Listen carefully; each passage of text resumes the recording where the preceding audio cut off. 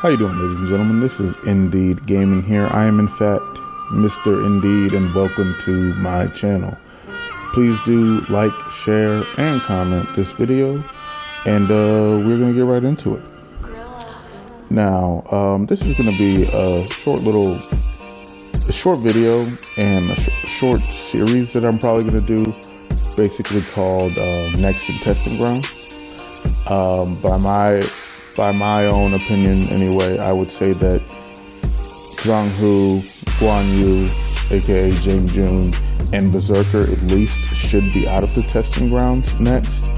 This doesn't necessarily mean that they're going to be going straight to, putting 3 more characters in their place, but this is just for when they do the next one. And by my account, Orochi is one of the people who should be in the next one. And I'm going to use this video to kind of explain a little bit further of another video that I did called guard shattering attacks, or you can call it guard breaking attacks, doesn't matter to me. Basically what the point is, and you'll see that I've edited the video as usual in a way where you could kind of see what these combos would look like together. Unfortunately, I wasn't able to put them together in a way where it would show really the animation for what the effect of blocking a guard breaking attack would do. Basically, if you block a guard breaking attack or a guard shattering attack, it'll put you into the animation and the vulnerability of if you had just been parried. Heavy parry, so it only guarantees a life. A guard breaking attack, at least in this case, is going to be on Orochi's zone attack. Now, you'll notice that the attack is quick. The reason the attack is quick is because you don't want it to be easily parryable, but you do want it to be something that is blockable. Well, someone would try to block anyway. Now, basically a guard breaking attack or a guard shattering attack is a quick attack that will break your opponent's guard and guarantee a light attack. Kind of works like a bash in a way. So, now the thing about this is, now the pros of a guard shattering attack would be that if you block it, it's going to break your guard and you're going to get hit by a light attack, or you're going to be able to hit someone with a light attack if you're using it. If they don't block it, you can just continue your combo and it just hits like a regular attack. The cons of a guard shattering attack or guard breaking attack is that it is parryable, it is dodgeable, and it is also deflectable. So it's kind of a bit of a give and take there on that. And you'll see here that I have it so not only can Orochi do this as an opener, so he can use that to start his combo, but he can also use that in his combo. And that's one of the things that is going to make it a little bit more difficult to deal with. So now that I've explained a little bit more about how that mechanic is going to work, especially in this situation, I want to get more into what exactly I have for the rework for Orochi. Now, I have him going as an opener from off the opener of the zone, which is guard shattering, into a heavy or side heavies, which are also guard shattering.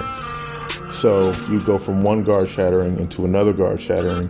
Now, obviously, the heavy is a little bit slower than the zone is, but it's also a little bit faster than the neutral is. So if you want, you can go from that guard shattering zone into the guard shattering heavy. And if you get hit by that heavy, the heavy's not going to do full heavy damage, maybe do about 18 damage. And like I said, if you block it, it goes off your guard, the opponent gets a guaranteed light. If you get hit by it, you get 18 damage. If you get killed by it, it can execute off of it. And obviously you can dodge it, you can parry it, you can deflect it. So it is what it is. It's just a different way to open up an opponent, and it's going to basically give you what an unblockable gives you without the damage payoff, basically.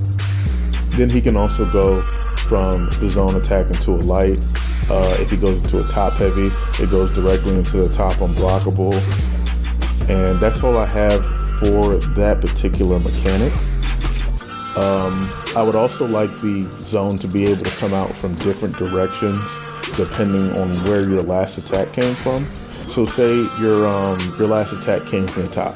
If your last attack came from the top, then your zone will always come from like Orochi's normal side, which is it comes from the left. if you're playing with him. It comes from the right if you're fighting against him. But now if you just finish attacking from the right, it's going to come from the left. If you just can't finish attacking from the left, it's going to come from the right. Now, is this detrimental? No. Personally, I just think that would make the attacks, the animations for the attacks flow better. Like how they did, what's his name? Warden, where his shoulder bash always comes from the same side. For some attacks, that simply it just doesn't, the animations don't flow.